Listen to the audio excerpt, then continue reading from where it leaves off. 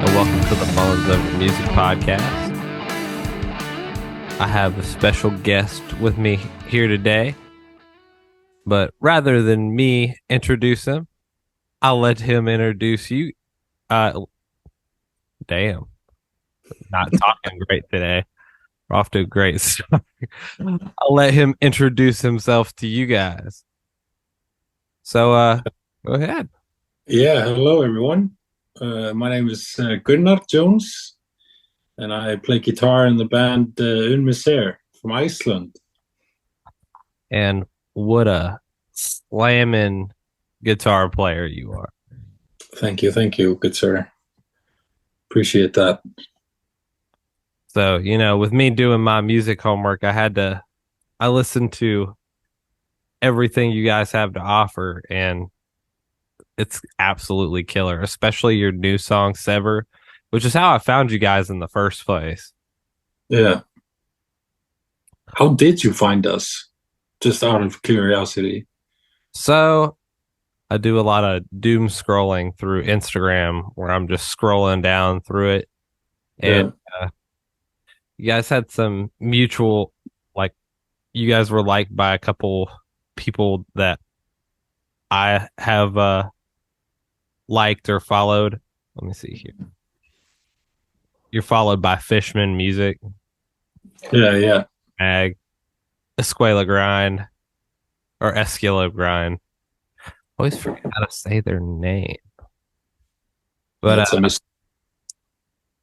and then of course Nuclear Blast. Yeah. So you guys popped up on my Instagram and I was like, okay. I was digging the music, and so I dug deeper into your discography, listened to the EP, and I was like, gotta have him on the podcast. Yeah, man. That's awesome. Power of the internet. For real. It's pretty nice to have something like this at at your fingertips. Yeah. So, first question, always the question. Let's see if I can. This one's a user submitted surprise question. Ooh. So, where is it? There it is. How many licks does it take to get to the center of a Tootsie Pop? This is always my surprise question. I got to start off with a funny question. Yeah. So we don't have Tootsie Pops here in Iceland. So I've only tried it maybe like a handful of times. But sorry, my girlfriend was trying to call me there. But I would say, I don't know, 100 times? No, probably more, right? You know what? There's got to be some sort of scientific answer for this. Yeah. Here we go. It says, on average, from Purdue University, modeled after a human tongue, they used a licking machine. And it took an average of 364 licks to get to the center of a Tootsie Pop. Damn. It said 20 of the group's volunteers assumed the licking challenge unassisted by machinery and averaged 252 licks each to the center. That's quite a lot of licks. Yeah. I don't think my tongue could do that. That's an extreme amount. Yeah. And they've got huge. I wonder how they got to that solution. Is it just randomly licking it, or is it same spot everywhere, That is a good question, because that's gotta change, and depending on how you lick it, like some people are weird and will do all around it all at once. And I mean, usually you have it in your mouth, so you're kind of sucking on it a little as well, that probably does something. So between 252 and 364 licks.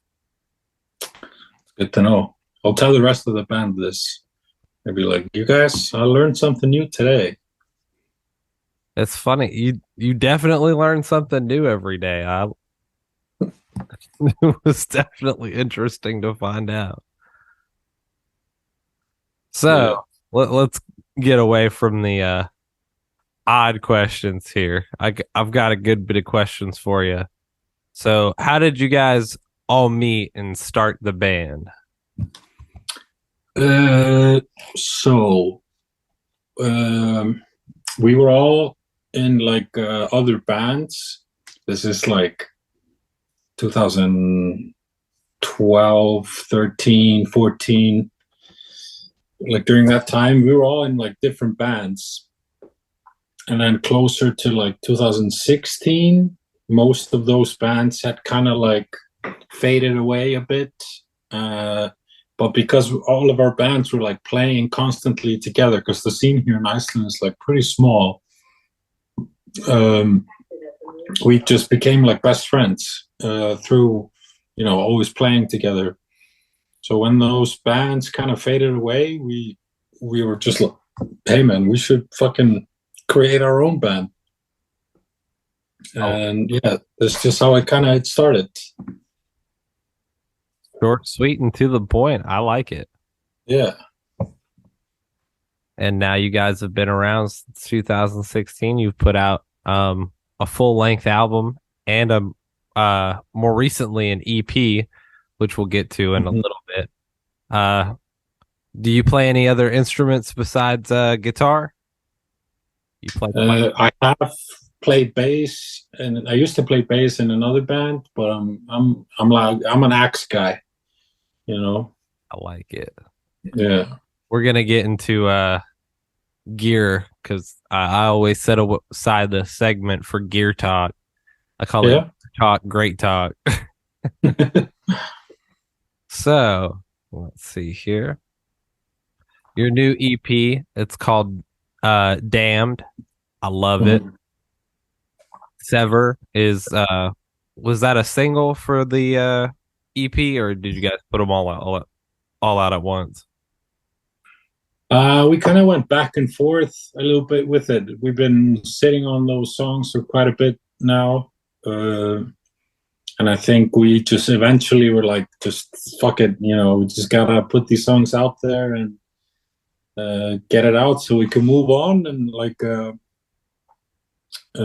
yeah, we just kind of decided to put the kind of like creme de la creme of songs that we kind of collected over COVID time. And then, yeah, it just kind of like, yeah, I don't know. It just came very, I don't know, naturally to us to just do the EP because we switched singers like a little bit more than a year ago, Yeah.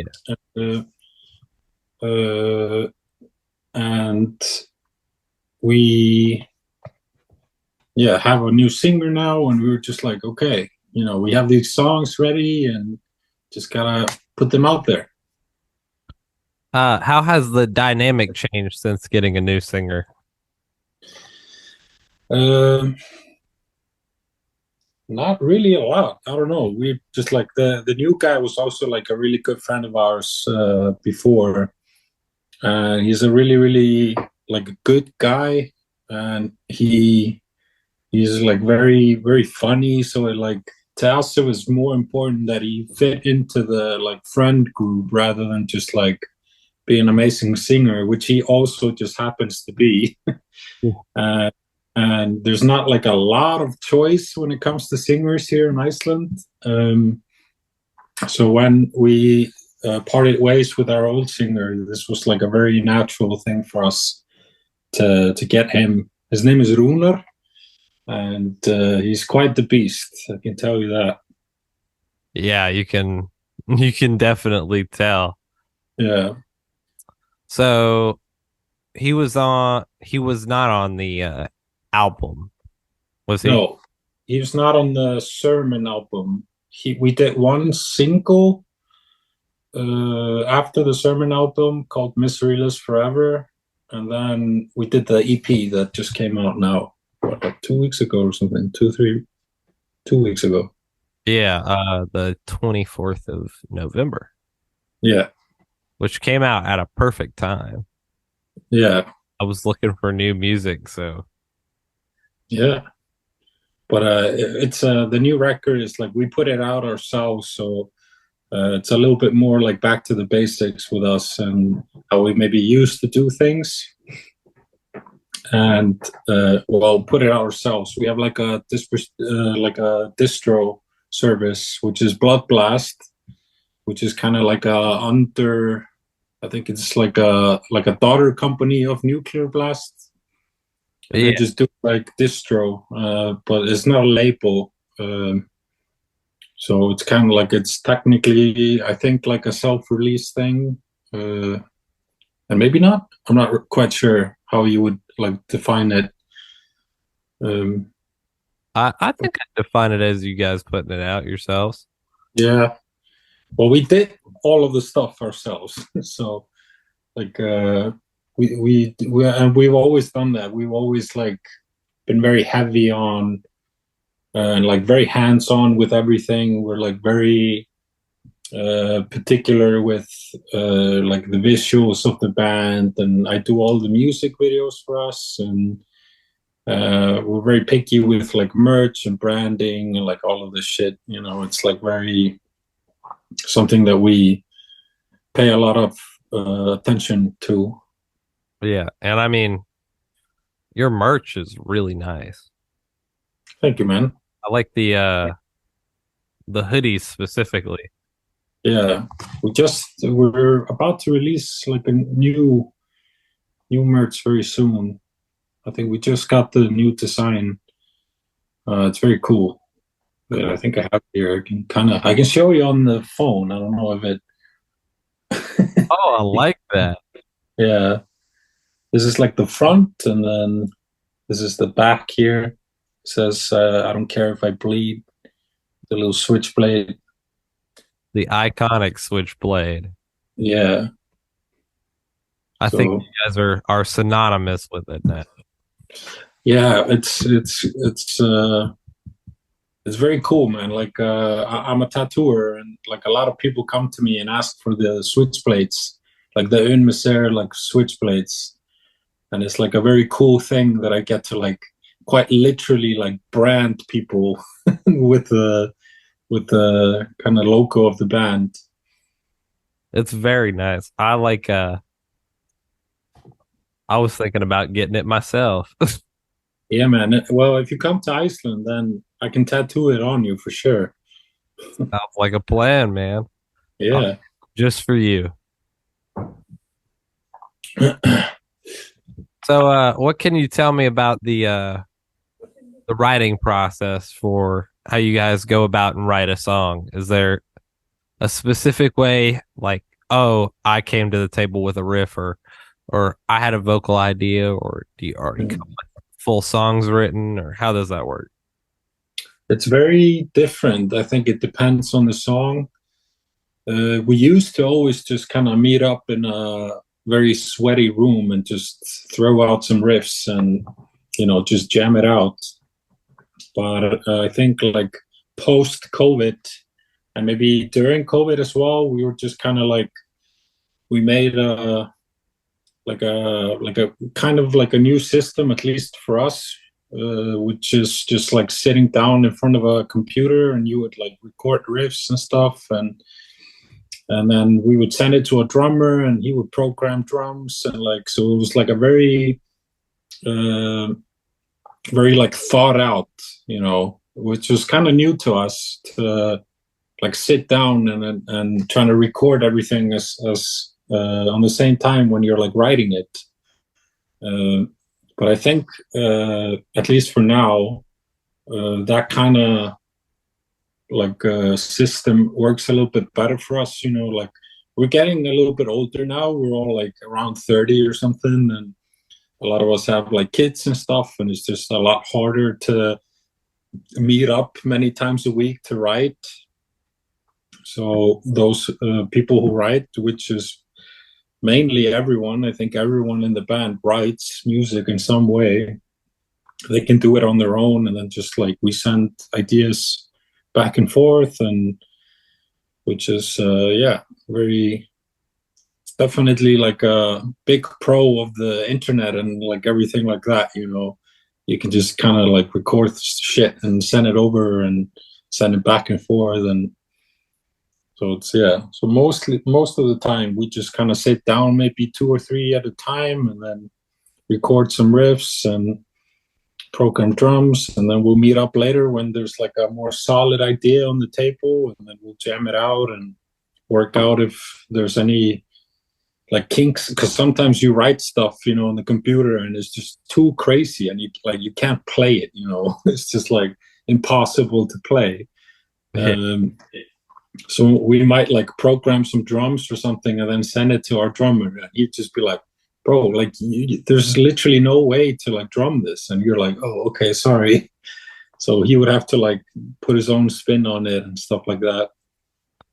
Gotcha. Yeah. And then program drums, sometimes you set the feet to go so fast you have to be a robot to have those kind of Yeah. footwork. Sometimes we're like, nah, man, this is fine. This is just gonna push him to like become better. And then he will just send us and be like, no, there's like no way. Okay. What do you guys use to record? Sorry. What do you guys use to record, like your DAW and stuff like that? I think, let's see.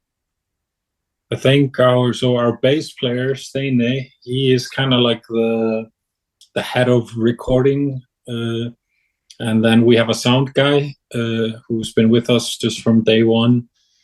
Let's see. I think they use what is it called? The Apogee. Is it called that? Apogee, like the fucking with the reindeer logo. Yeah, I think I know what you're talking. Is it Wait, maybe I can. Apogee. I'm pretty sure it's called that. Something like that. that And sounds then, familiar. yeah, and then we all have like Kempers as well for like guitar, which is like such a big uh, difference when it comes to like just writing in general. Did you guys make your own patches for the Kempers? Uh, yeah, I mean, we get like you might get a bass tone from like somewhere, and then you fuck around with it and like change it, so it kind of eventually becomes your own thing. And it's very different between guys, and there's like three guitar players in our band, and they all have like big egos, and they want to do their own thing, and like so like for me, I come from maybe more like a hardcore background, and I really like like Harm's Way, these kind of more sludgy, heavy fucking breakdown shit. So my tone, for example, is just like a left-hand Wrath pedal, which is like an HM2 clone. It's kind of like a newer version of the HM2 pedal. Yeah. And it's like very like it's very heavy and like very crunchy, kind of disgusting. And then maybe our other guitarist, he likes a more like redefined tone, and he used like a Mesa Boogie or a 5150 or something.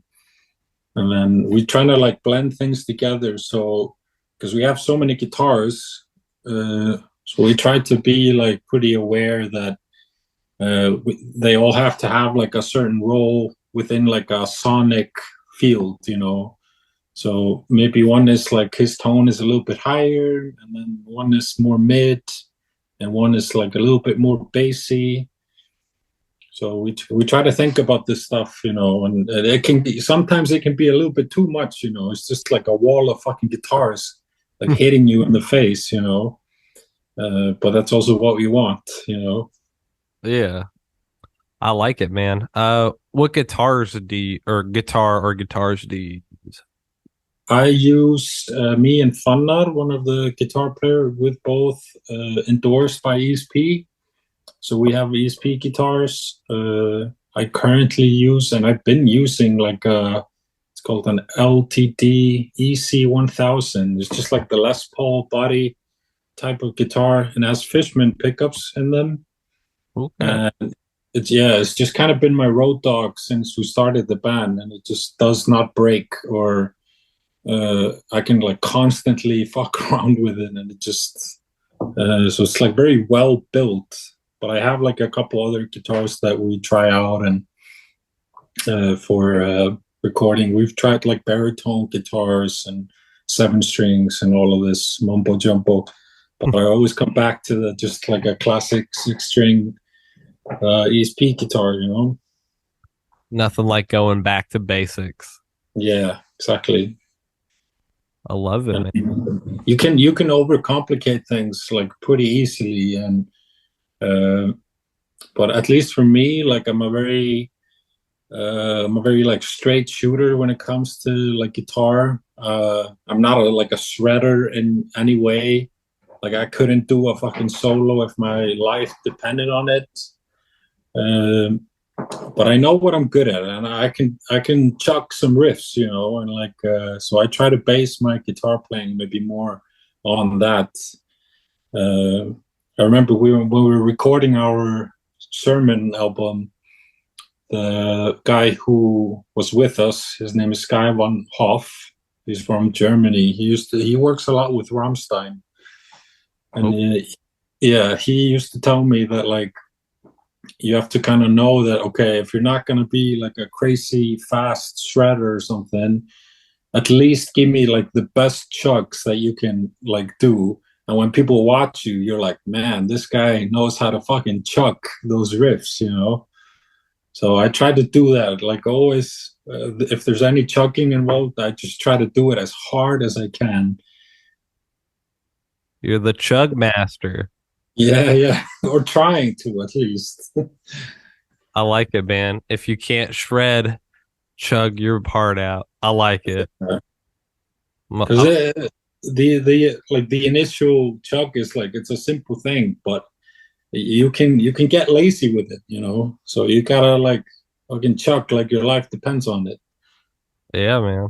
I'm gonna make a shirt that says "Chug like your life depends on it." That's I like Yeah, it. that's a great shirt. Okay. So, how did your music taste change from when you were a kid to now? Has it stayed largely the same, or No, not at all, man. I came into like heavier music pretty late. I was like maybe like 15, 16 when I started to like listen to like really like heavier stuff, you know, like Mastodon, and like stuff like Megadeth. I was really into Megadeth when I was a kid. But I never like and Slipknot as well. But I kind of but I remember there was like a gateway band for me, which was Killswitch Engage. That kind of got me on like more like metalcore, if you can call it that. yeah, And then around that time, you know, this is like 2010 maybe. There was like this huge wave of like very weird metalcore bands like Attack Attack and like Memphis Mayfire. You remember those bands, you know? Um, which I think they're kind of making a comeback right now or something, right? yeah, Attack Tack. Uh, they're bringing back crabcore in a Yeah, way. You got Matty Mullins now fronting, or he's going to be fronting Anne Berlin starting next year, really. as well as doing Memphis Mayfire stuff. Oh, okay. Kill But Switch Age. What a fantastic band.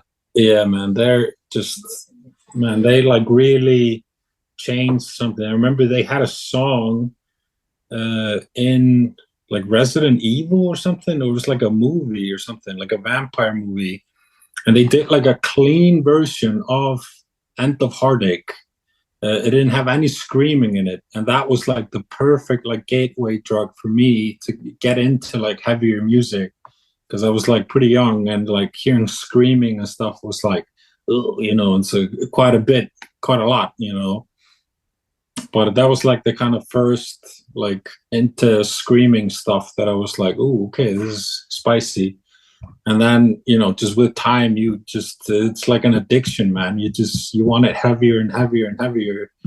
And like today, if I listen to like music today, it's like very I'm very between like I really like Kublai Khan or like one of my favorite bands. Just like very simple fucking fuck you, you know, just you know, straight to the point. But I really like kind of like I can listen to like Thy Art Is Murder as well, and like maybe more like deathcore kind of stuff. And then like really into like Harm's Way. I think Harm's Way is like one of those bands that I remember hearing them for the first time and just like something clicked in my head, like the simplicity of the riffs and just like how heavy it hits. It just like really resonated with me as like a songwriter. Um, so I really like that band. They just put out some new song or maybe a new record a couple weeks ago, maybe a month or two. It's really fucking good. And everything like there used to be on the label that the singer in Converge used to run. What was it called? Death Wish. Yeah.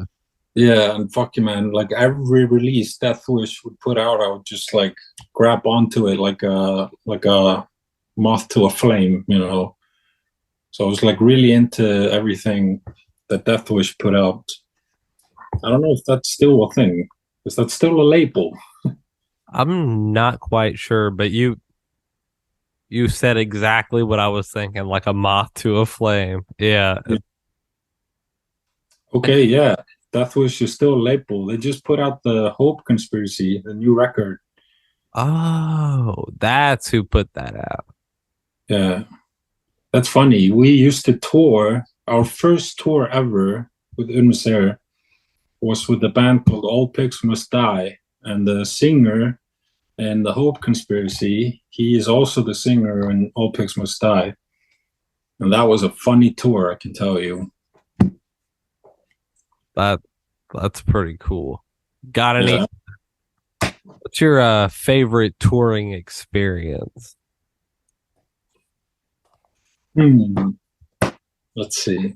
I'm not sure. I think just touring in general is like a really surreal thing for me. It's like it's such a rare thing that an Icelandic band gets to a point where they can like tour. That the whole like just the whole notion of us touring was like, what? Really? Like, is that really gonna happen? And we went to some funky places. You know, we played in Russia and we played everywhere in Europe, and we tried to do the States as well. And it was just like a really, I don't think anything particular stands out. It was just I was just very grateful that we got the opportunity to like just even try it, you know. Yeah, I mean, that's fantastic.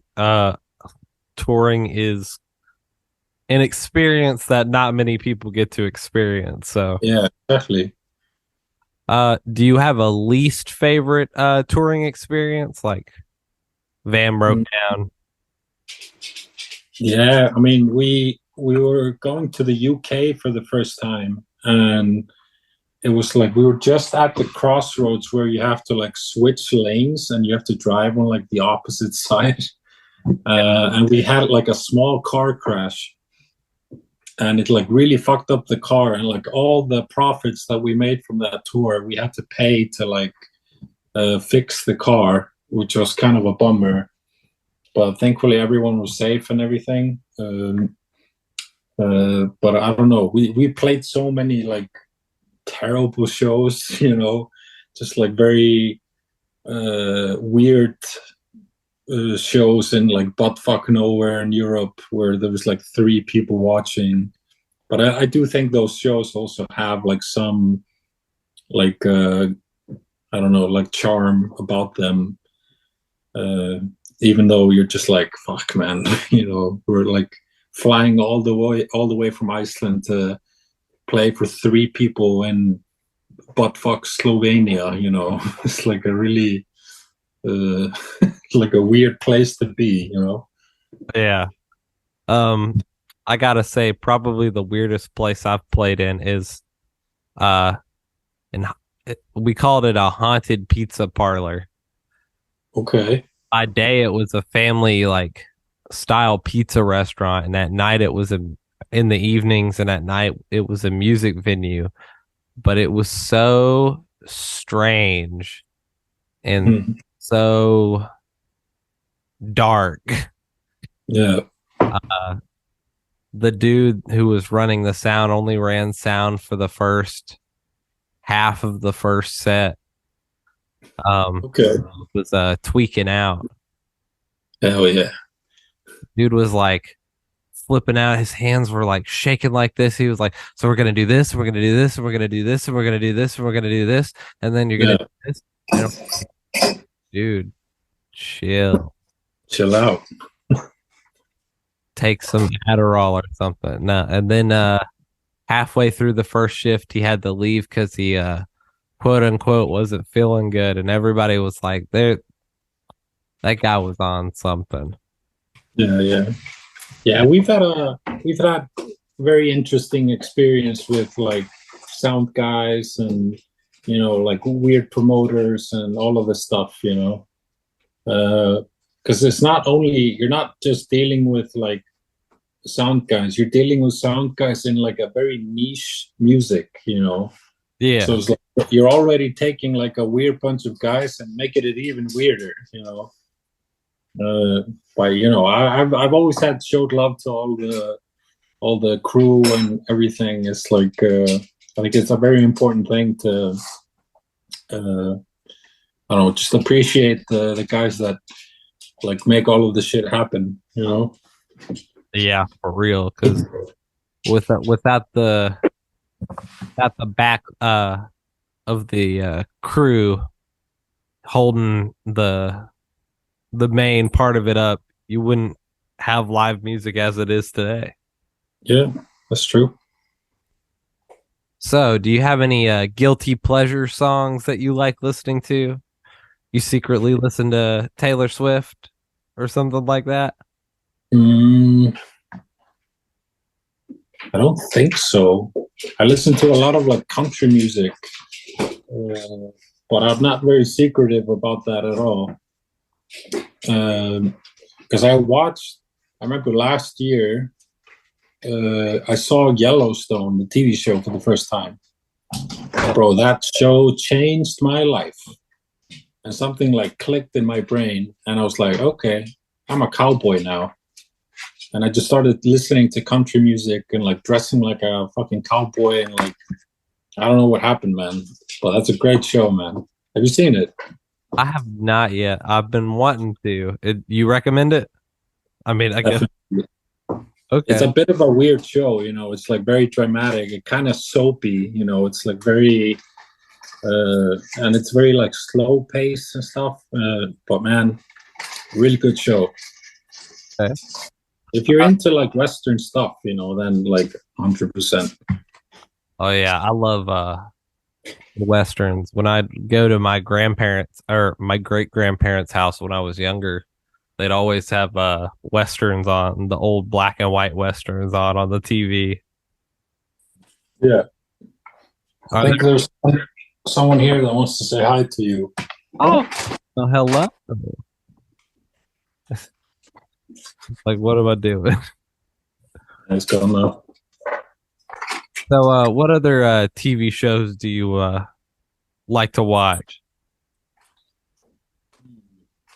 I just finished a series called The Night Of. It's from HBO. I don't know if it's. I don't think it's very modern. It kind of looks like it was made like a couple years ago. And then, but I don't know, man. I enjoy. I want to be mind fucked. I don't like stuff to be like fed to me too easily. I want to have to like try to solve things because I come from like a filmmaking background. I used to work as like a filmmaker for like a really, really many years. And I was working for the national TV station here in Iceland. So I have to like, when I watch something, they have to like, it can't be too easy. But I like thrillers and mystery stuff, horror, all Oh. sorts of stuff. Have you seen the new Exorcist film yet? I have not. It's on my to-do list for sure. It is. It Is is. it good? Yeah. Okay. Very sad, but it is definitely a good film. Okay. It freaked my wife out a little bit. Yeah. She said it's one of those films where she's like, it could possibly happen, whereas you have to have some suspension of disbelief for a movie like Friday the 13th or Nightmare on Elm Street. Yeah. She's like, any of those ones that have like the serial killer that's in the house or something like that, or Mhm. she's a she wants to watch that movie Us, but she's also afraid to watch it because she's like, that's so realistic that It goes a little deeper. yeah. Yeah. Have you seen the movie Babadook? Yes. Yeah. That movie fucked me up, man. Dude, it is a crazy film.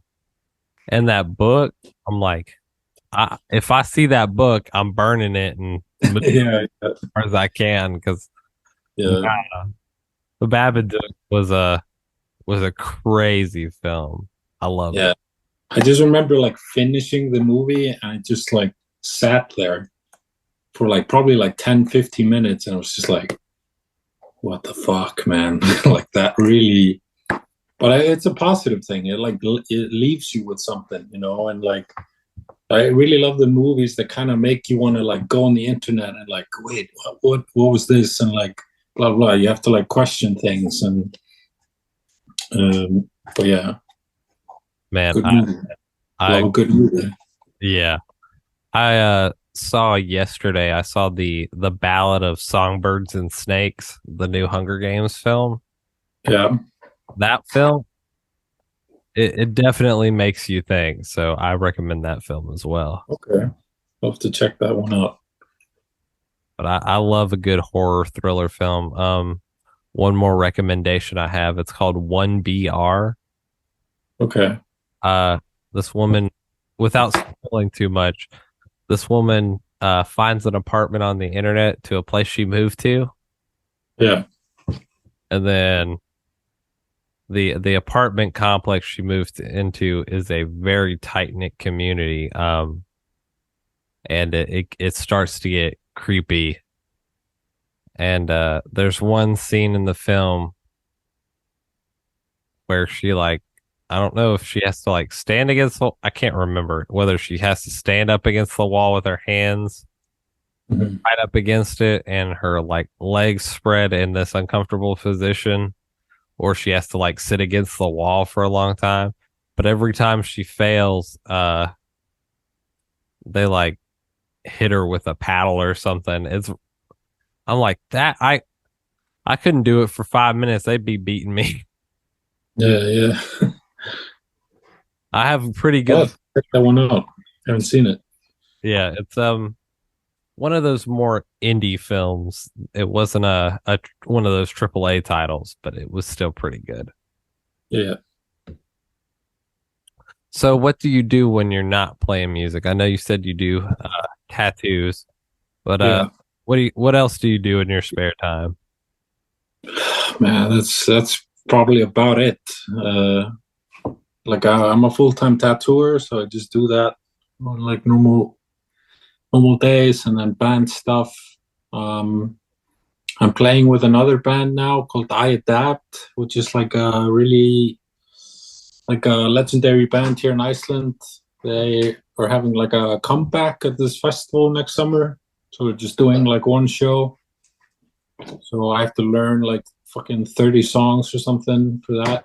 So I'm just doing that, tattooing and painting and you know, yeah, it's basically my life, taking care of my crazy dog. Is there a specific type of style that you specialize in for tattoos? Yeah, I do like very traditional tattoos, like very American traditional. I really like American traditional. Uh, yeah, everything that just like very bold, bold and beautiful. You know. I like it. Yeah. What was your favorite tattoo to do? Wow. I don't know. Like when people ask me for the Une Misere switchblade, is always like a very. I feel very like honored in like two ways. You know, it's like one, you're getting the the blade from my band, and then also I am like tattooing on them, so it makes it kind of more special. And I've done a couple of those. Um, but yeah, anything just big. I love doing like big pieces, like back pieces and stuff like that. Something that takes a little more time. Um, but I don't know, man. I just like tattooing. It's like the only thing I've found like creatively that just kind of gives me the same feeling as like playing music. It's like very rewarding and like and very fun. You know, there's just so much to learn. You know, it's like an endless tunnel of learning, which is really something I need to have in front of me just to like function as a person. Uh, like I need to be like, okay, this is gonna take me a lifetime to master. You know, and it's like really challenging. It challenges me like every day.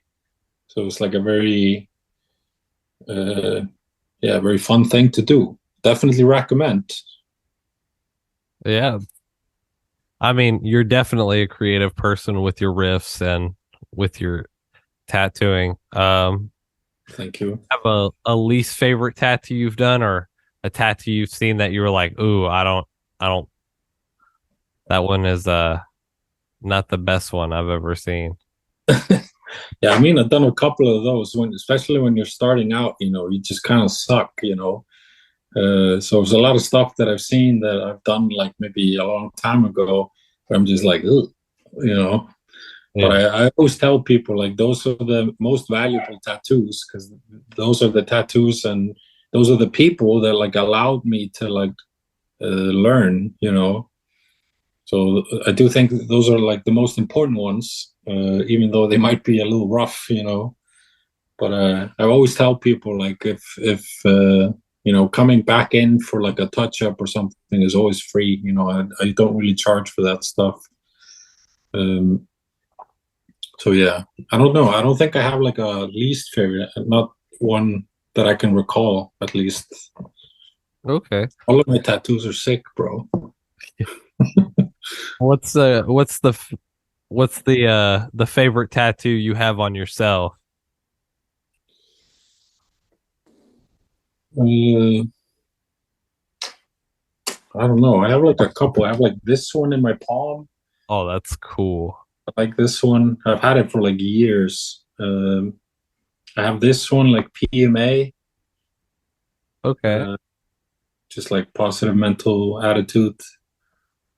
And then yeah, I don't know. I have like a lot of. I got this one. I don't know if you can see it. It's like the Reaper. He's giving the finger. It says like not today on it. And I got this one. I got diagnosed with cancer like a couple of years back, and I got it when I was like, I got the surgery, and I was like cancer free. That's So I pretty. got yeah, it's a pretty funny one. But I have a bunch of like really weird ones as well. I have like a hot dog here. I like it. Yeah, Those are some very meaningful tattoos, especially the hot dog one. That one's very of meaningful. course. Yeah, I have Some, a bunch of random shit that doesn't mean anything, but I do have a couple that have some meaning to me. You know. yeah.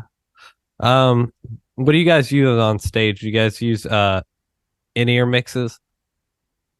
No, we tried it. You know, we when we were when we were like touring the most, we talked about it and we tried it out, and we bought like system. We bought like a rig to try it out, and I don't think it didn't really work for us. Like I just don't think we're the kind of band that kind of it kind of makes sense for. Um, there's just like a lot of I don't know live elements to the band that is kind of hard to uh like we talked about. I remember when we were getting the campers, we talked about like doing not getting the like rack version of the campers. We needed to have the like the what is it called, the power rack or something, the power amp, Yeah. something like that, just so you can plug it into a cabinet and do feedback, you know, because like a feedback is like a really important part of the show and just our sound. But it's really nice, you know, especially when we were like practicing and stuff, and you have like the in ears and you can like hear everything perfectly how you want it. It's like very, very nice. Yeah. But I think at least for the live shows, it doesn't just like really make sense. We also go like pretty hard on stage, and I think I would just like slam them out of my ears like uh, pretty regularly. Yeah, I get that. Uh, In-ears can be more trouble than they're worth depending on how hard you're going. yeah, I just don't like the fact that I would be like I'm trying to like I got a like a wireless system to try to get rid of the cable, so there's just like less stuff for me to like have to worry about, you know, like because I remember when I used to just plug my guitar in, I would be constantly like kicking the cable away so I wouldn't like step on it or get like tangled in it or something. And just adding like that one more element of like having like a cable coming up in your ears just seems like a very unnecessary thing for me, especially because you know the music we play is just fucking loud, you know, like it's not like a fucking rocket science. Like you don't have to be like 130% on every note, you know. So maybe it's just like kind of unnecessary for us to do in years, at least regarding that. But I think for uh, like the luxury of like having it, you know, just the music in your ears is like very good. You know, it's better for your ears for sure. Um, I'm partially deaf, so it don't bother me. yeah, yeah. I think I have the same thing. I blew out my eardrum like many years ago, and I remember when I went to the doctor, he was like, the first thing he asked me, he was like, "Are you in a heavy metal band?" And I was like, "Yeah." And he was like, "Do you not use earplugs when you play?" And I was like, "No." I was like, "Well, you get what you get, you know." But I always try to wear earplugs at least now when we play. Hey, ear protection is definitely important. Yeah, for sure. I My remember that. mine is a little unrelated because I had tubes in my ears when I was a kid. So Yeah, that that contributed to it. But yeah, if you don't wear ear protection, then when you're in your 80s, you're gonna be one of those people that goes, "What'd you say? Huh?" yeah, yeah. I sometimes feel like I'm like that already. Me So too. it's important. I see the youngsters, the young cats, you know, and they're like not wearing anything at practice and stuff, and I'm just like, bro, that shit is gonna bite you in the ass, you know. Yeah. They have a couple cool earplug or yeah, earplugs that I've been looking at. What are they called? Yeah, Earplugs for concert. Eargasm. eargasm. Yeah, so they're supposedly I haven't used them myself because every time I go to a concert, I just turn off my hearing aid so I can hear without it being too loud. Uh, Mm-hmm. but supposedly they have this technology to where it will it'll dampen the sound, like the sound will be softer, but you can still hear the lows, mids, and highs really well, Yeah, as opposed to, like regular earplugs dampening out the mids and highs more than. yeah, yeah. I've heard about those kind of like earplugs. Definitely. I'm just like, I'll fucking just put toilet paper in my ear if I have to, just to do some fucking dampening. Yeah. Hey man, I've used toilet paper in a pinch and it works. Yeah, it does. So I know you guys just released an EP, but do you guys have any other new music in the Uh, yeah, I mean, we have a lot of new stuff. Just kind of sorry for my dog going crazy here. good? Uh, but yeah, we have. I don't know when the plan is to like release it, but I can tell you we have plenty of new stuff waiting to see the light of day. Yeah. And it seems like Sever's doing your music's doing really well at the moment. Sever is doing really well, of course. Yeah, yeah, I haven't checked it. No. Um, yeah, I mean it's fine. Like you can definitely see that, like because we used to be on Nuclear Blast, and we're not anymore. And uh, and it's kind of like you can see the pull that being on a label does. Like it's just so much more ears that you get to like uh, to reach. Um, but this is like a self-release thing, and like compared to that, it's just doing fine. And like I try to be like it's a Jesus Christ.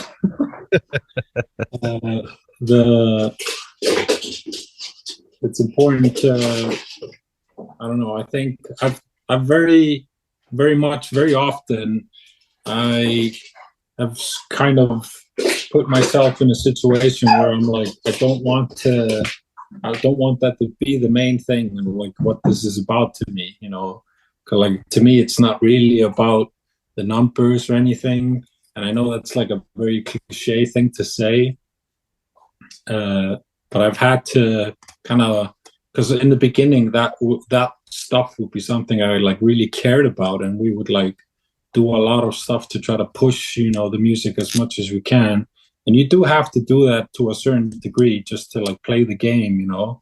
But I do think at the end of the day it's like I just really like making the music with my friends, and if other people enjoy it then just great. But it doesn't really make much of a difference to me if it has like 5 plays or 5 million plays. Yeah. I Well, love maybe my wallet would be more appreciative of the 5 million plays, but like other than that, it's just like it's just some other stuff. well, you have at least $5 from Spotify if you had. Yeah, yeah. And then you have to split that with like 6 guys and then pay taxes on it and like That's 75 cents a person. yeah, yeah.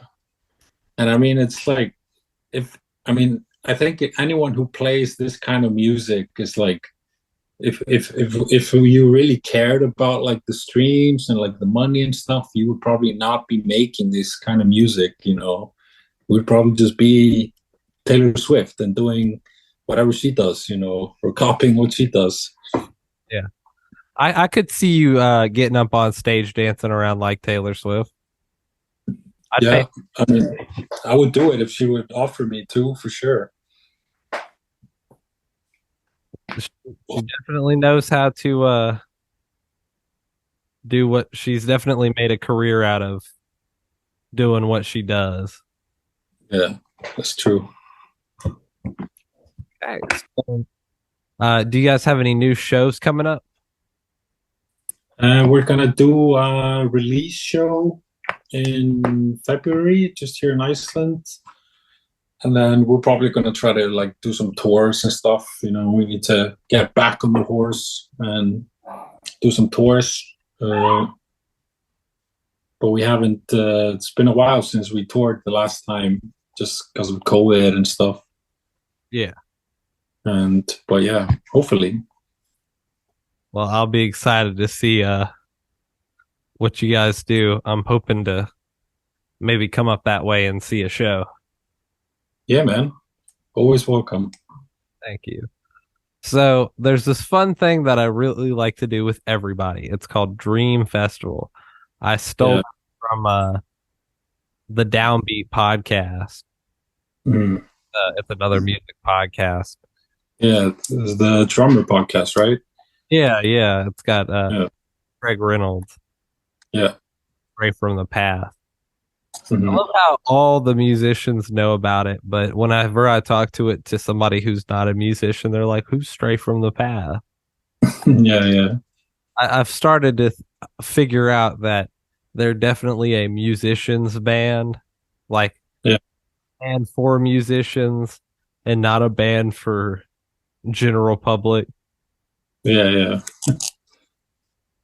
So, basically, how we're gonna do this is I'll ask you a series of questions. The only rule that is on this is your band's playing. Okay. So the first question is, time of the day for this festival are you guys going to play? Morning, Sorry. but What time of the day? yeah, morning, midday, evening. You're gonna headline. You're gonna be the one before the headliner. How's it gonna work? Hmm. At least, like, I'm a pretty, like, I'm an early bird. I try to go to sleep like pretty early. So I really hate when we have to play like really late. So I think like the perfect timing for me would be like 8 o'clock or something. I could do like 9 or 10, and that's totally fine. But then like if this is my festival, I would play at like 8 or 9 or something. I think that's like the everyone's gotten, a couple drinks in or something, feeling it. I But like. I don't know if we would headline or not. I don't really care. Uh, but I would want to see Slayer for sure, and Dolly Parton. That'd be pretty cool. And they would do like a collaborative set.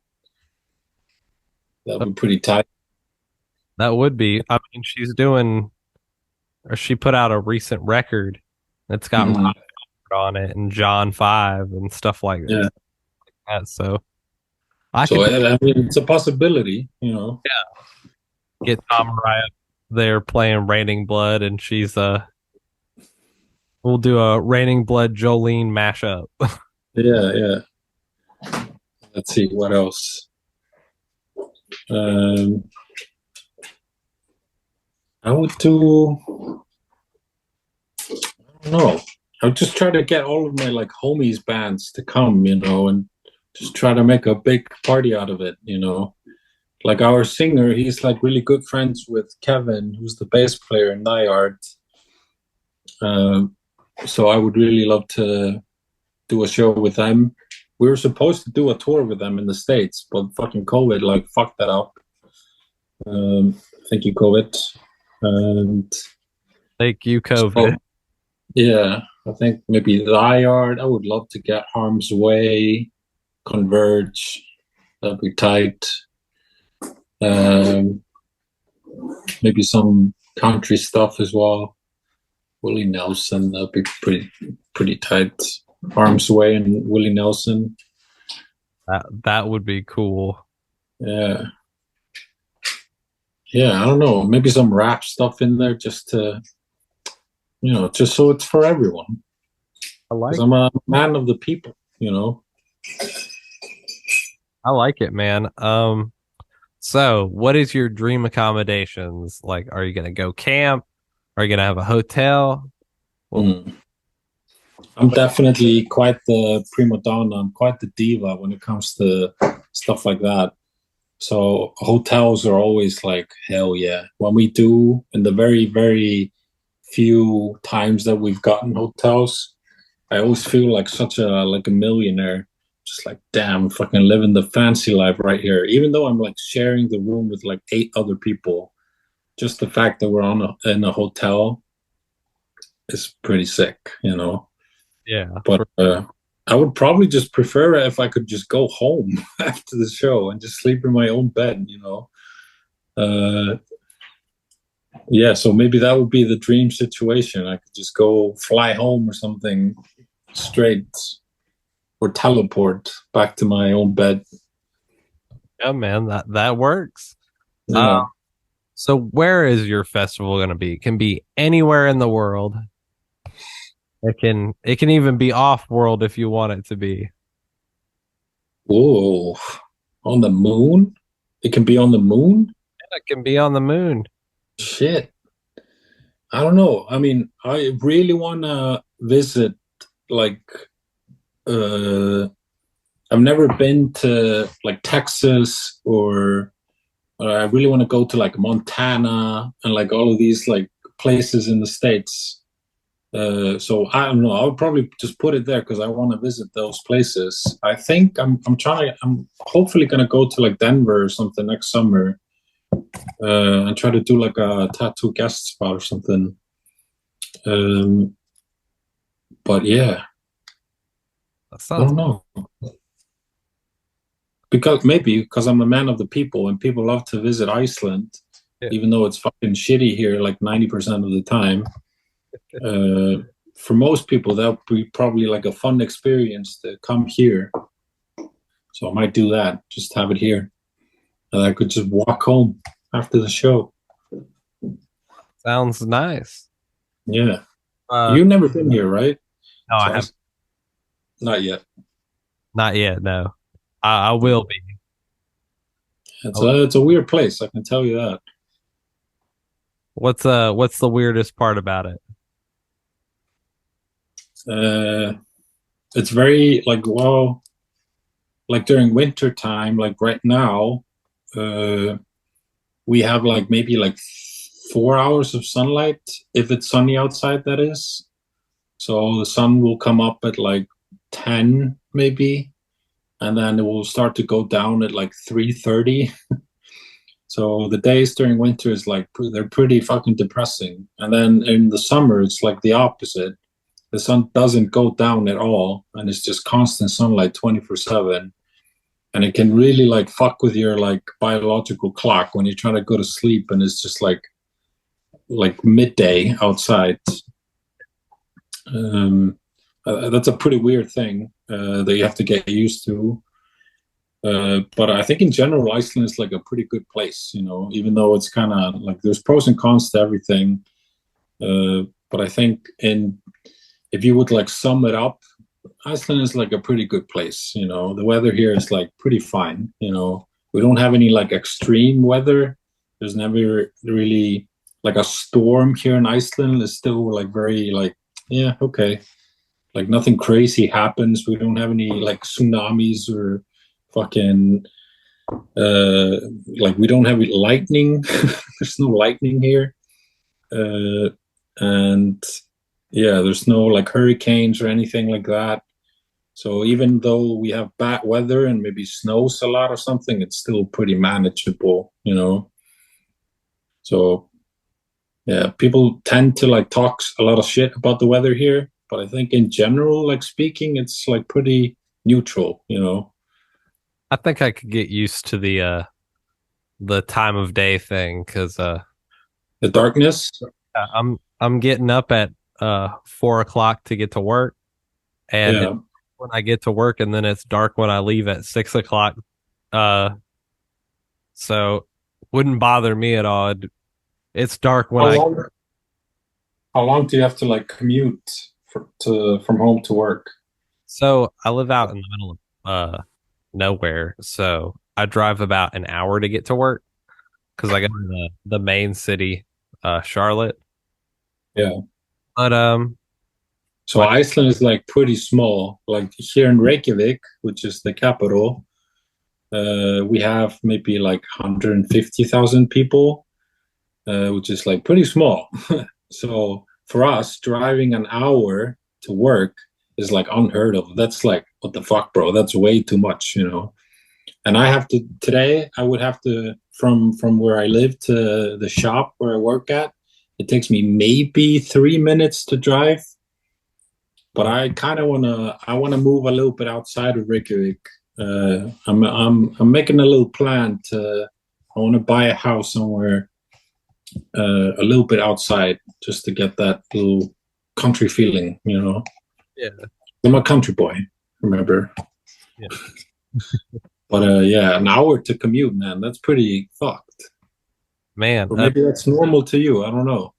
It it's not the longest I've ever commuted to somewhere. Yeah. The longest was 3 hours one way. What? 3 hours? So I would get up at 4 a.m. and by the time I got done with work and got back home, it'd be midnight. Ah, man, that's too much. I lived just out of Seattle, and if there wasn't any traffic, it would have been maybe 45 minutes. But because traffic was always so bad, it was a Yeah. near 3 hour drive one way. Shit, man, that's yeah, that's way too much. Oh, Well, if you move here, the maximum you would have to commute is maybe like half an hour or something. oh, that's nice. Yeah.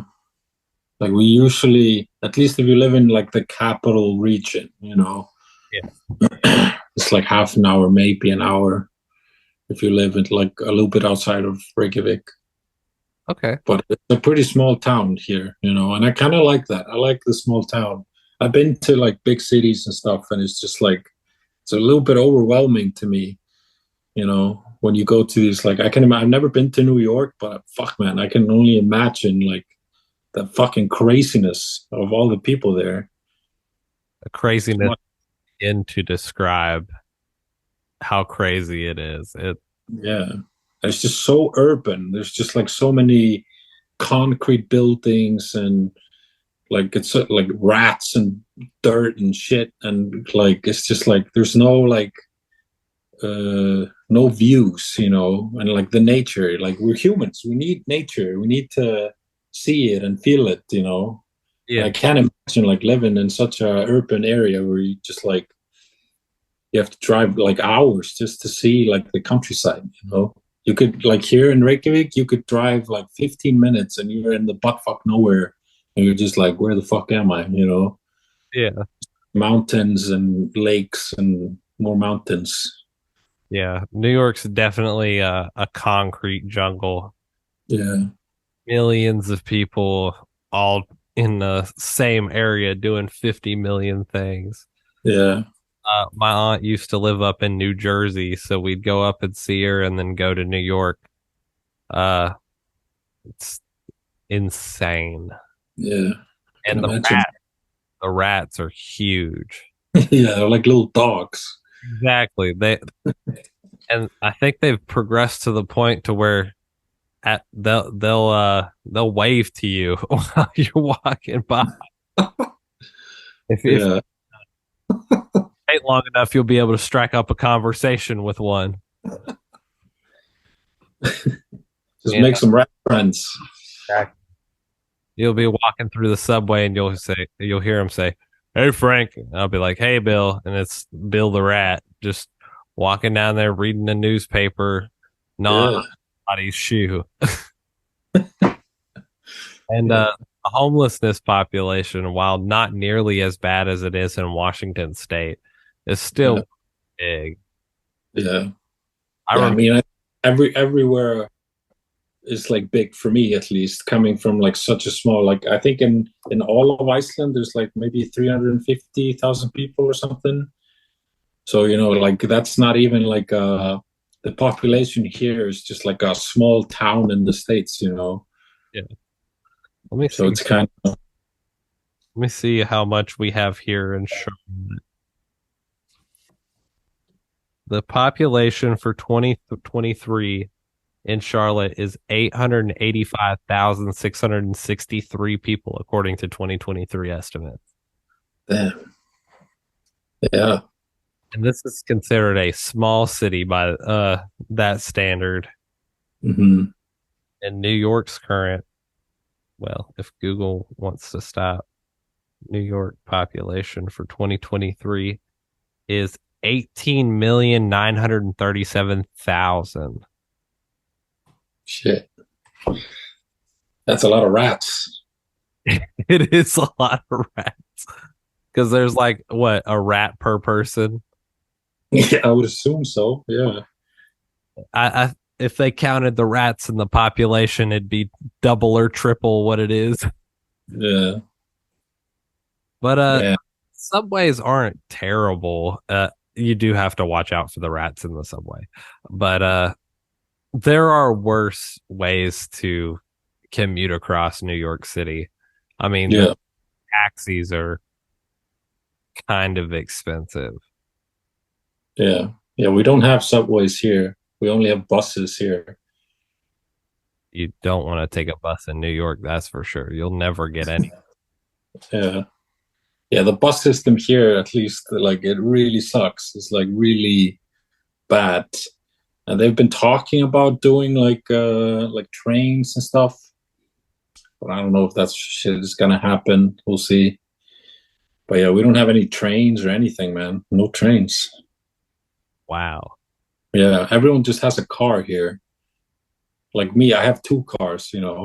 Why? Like, I don't know. Because I can, I guess. Well, whatever works, right? Yeah, one for work, one for pleasure. That's what's up. What cars do you have? I have like a Outlander, like a Mitsubishi Outlander, like the fucking electric one. Yeah. Uh, Kind of sucks ass a little bit. And then I'm buying next week like a Grand Cherokee, like an old one. Um, yeah, The old Jeep Grand Cherokee. yeah, can't go wrong with that one. All I can hear is the commercial that goes with the new 2020 Jeep Grand Cherokee Yeah, Road and Power.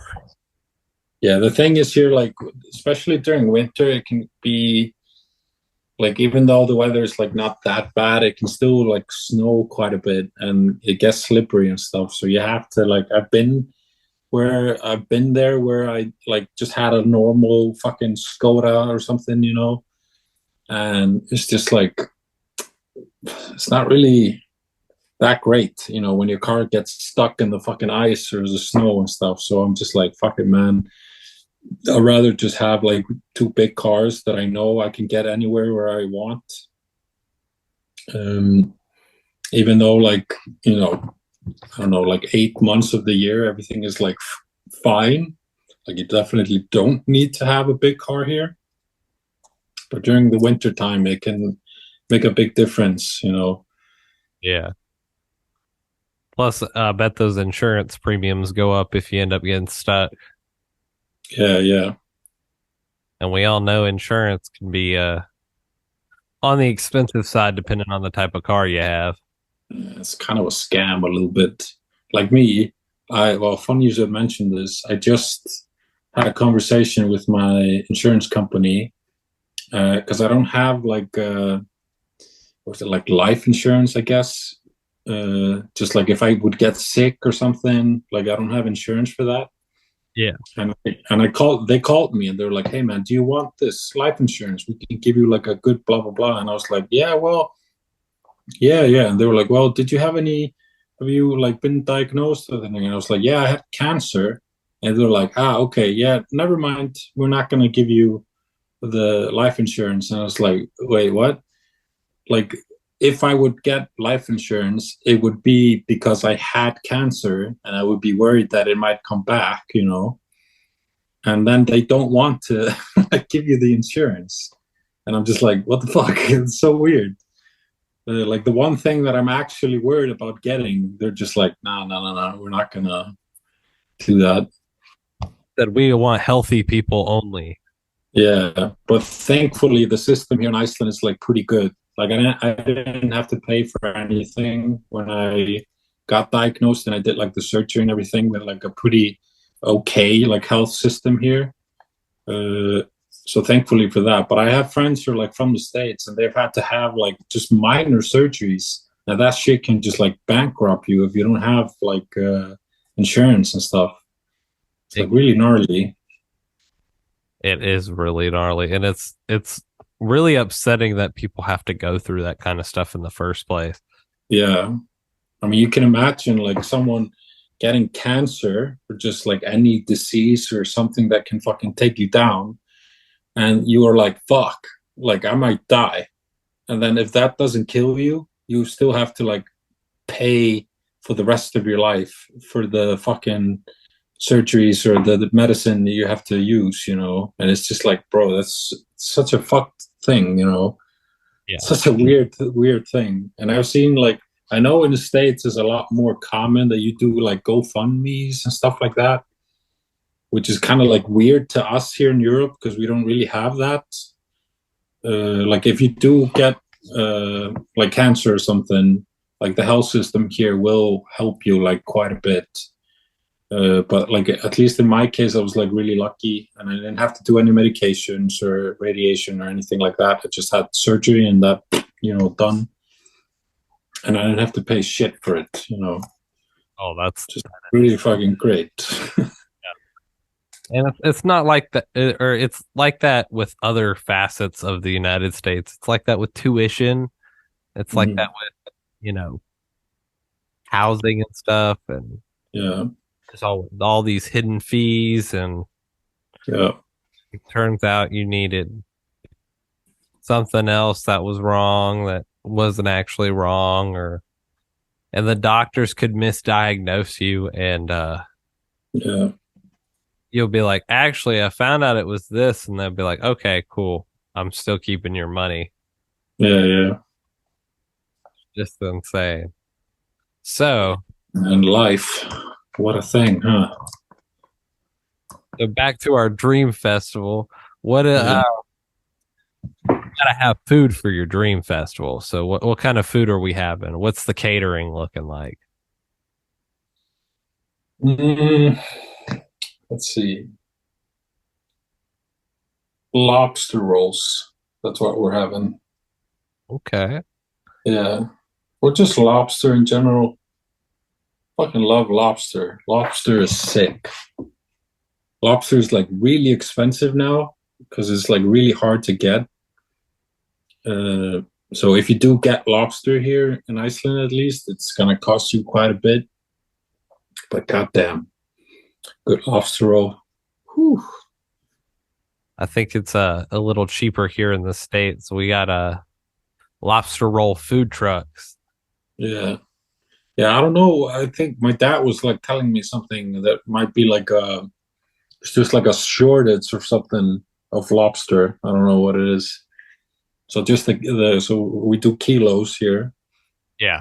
A kilogram of lobster costs you like fucking, bro. It's probably like 150, $200 or something. Ooh. Yeah, it's pretty fucking expensive. For a kilo, I guess that's not too bad, but How much? Let's see. Quick math. Do you know how much a kilo is in one? What you do? You do pounds. It's like 2.2 pounds. yeah. Yeah. I think the real question is how much does a lobster weigh? So how many lobsters do you get out of a kilo?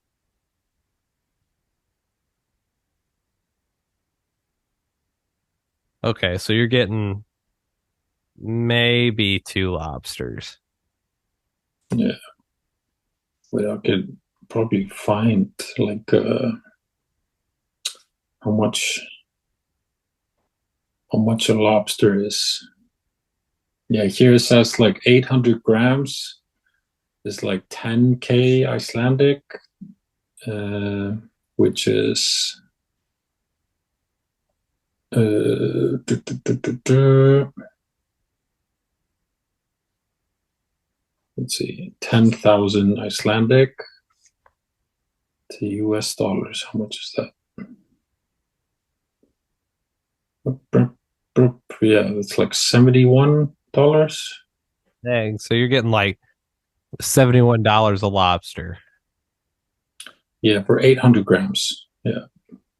Whew, that's Yeah. It's going to be expensive to feed the guests at my festival, but it's going to be worth it. festival. It's all coming directly from the sea for free. Yeah, exactly. You're not paying for it. This is No, no, Dream Festival. You don't pay for anything. no, Taylor Swift is paying for it. Exactly. She's got enough money to pay for it. Yeah, yeah, And I bet half of it don't get taxed either. yeah. So what are you having to drink with your food? I don't drink alcohol, so it would just probably be something boring like soda or something. I'm like highly addicted to Pepsi Max. Okay. Um, but I like a good like vanilla Coke. Mm. That's a good one. Have you tried the Pepsi Nitro? No, I haven't. We don't have that here. Oh, it if you like vanilla Coke and you like Pepsi, they have a regular one and a vanilla what The nitro one. yeah, it's comes in a can and it has a little nitrous packet in it. Mhm. And so when you open the can, you open it and pour it directly into a cup and it's like really smooth Okay. bite to it, but it is Yeah, I've heard about it for sure, but I haven't tried it. I'm fixing to go down to the store, buy you a 6 pack and ship it to you. Yeah, man. I wonder if we can. I could even do it. Maybe the customs would be like, no, no, no, you can't have this. Good The question. customs here are fucking bitches. I can tell you that, man. They're bad. Yeah, they try to stop everything, man. They don't like us to get things from not from Iceland. So every time you buy something, which is already expensive because we live in a tiny island and you have to like ship everything by fucking plane or ship, Yeah. uh, it's like really expensive to send stuff here. Like for me to send stuff to the US is like, bro, I just don't do it because the shipping is like so expensive. Gotcha. I saw Man, it looks Imperial. good though. Look Yeah, at that. that is a beauty right there. No matter what type of cup you pour it into, it looks so nice. Yeah. And you can drink it out of the can, but I feel like it's a much better experience if you drink it directly from a cup after you've poured it. Because on the can it says part of the instructions is to pour it hard into a cup. Yeah. And it is one of the smoothest sodas I've ever drank.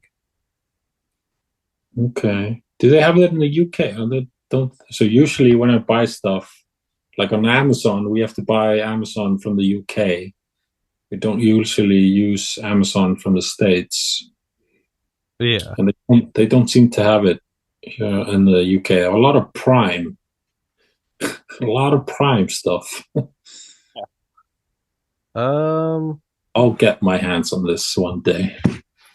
I'll just smuggle it when I go to the States.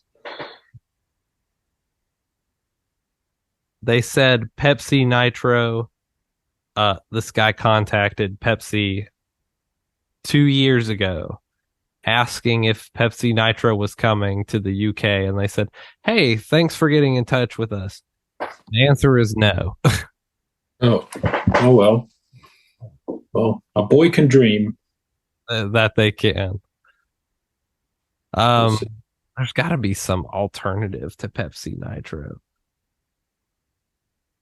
Let me see if I can find an alternative for you. Yeah, I will smuggle it when I go to the States. Yeah, you'll go and you'll come back with a suitcase full of Pepsi Nitro. Be like, "Sir, what is in your bag?" Nothing. Nothing. It's just normal Pepsi, okay? You're not allowed to have Pepsi Nitro outside the country. I'll go to prison for it. Yeah. They said you're under arrest for illegal Pepsi Nitro smuggling. Yeah, man. There's another one out. Coca-Cola had this thing called Starlight out for a little while. I don't know if they still have it. It was Never. I wouldn't recommend it. No. Okay. It's it's one of those weird tasting ones. Like, you know how they have Pepsi Cherry and stuff? Like, that's all right. Yeah. It's like Pepsi with like some kind of, it's not cherry, but it's some kind of weird like fruit flavor to it. Hmm. Interesting. I don't know how to describe it. It says gotta figure. It's got this like glittery logo on it. Well, this doesn't tell me what it tastes like at all. It says, what are the learnings for marketers? Market your Pepsi. That's what it says. It says marketing is better for Coke than it is for Pepsi. Oh. So you learn. We know. Yeah. Don't know what it tastes like. Don't know that you'd want to. Yeah. Okay. I like your choices for your festival. Thank you. Thank you. You got a good bit there. It's like the Icelandic version of that one festival called Lollapalooza. Oh yeah, yeah. A heavy twist on it. Yeah. So that concludes our time here. All right. Thank you so much for coming on the podcast. You got any plugs or shout outs? Where can they find you at? Well, they could just find it. Well, the band is everywhere. You can just Google the name or something, and it's a weird name for sure. But yeah, we're on every platform. You can find us. I think we're like even on TikTok. Hey, there you go.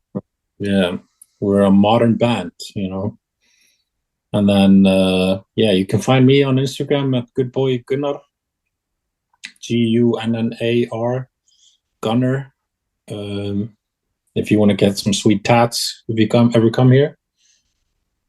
But yeah, thank you for the talk, man. Yeah, thank you for coming. What song would you like to have played for the outro? I don't know, maybe just Sever, the new song. I'll play that. Let's Sever that. Yeah, we did.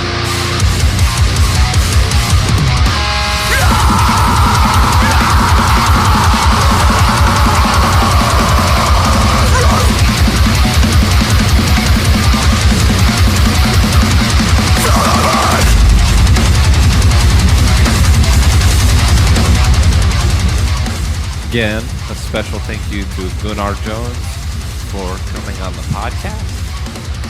This podcast has been edited, recorded, hosted by me, Austin Mullins. You can find the Mullins Over Music podcast on Spotify, Amazon Music, and Apple Podcasts. The outro song is Sever by Une Misere. And again, yeah. Thank you for listening, watching, and we'll see you on the next episode.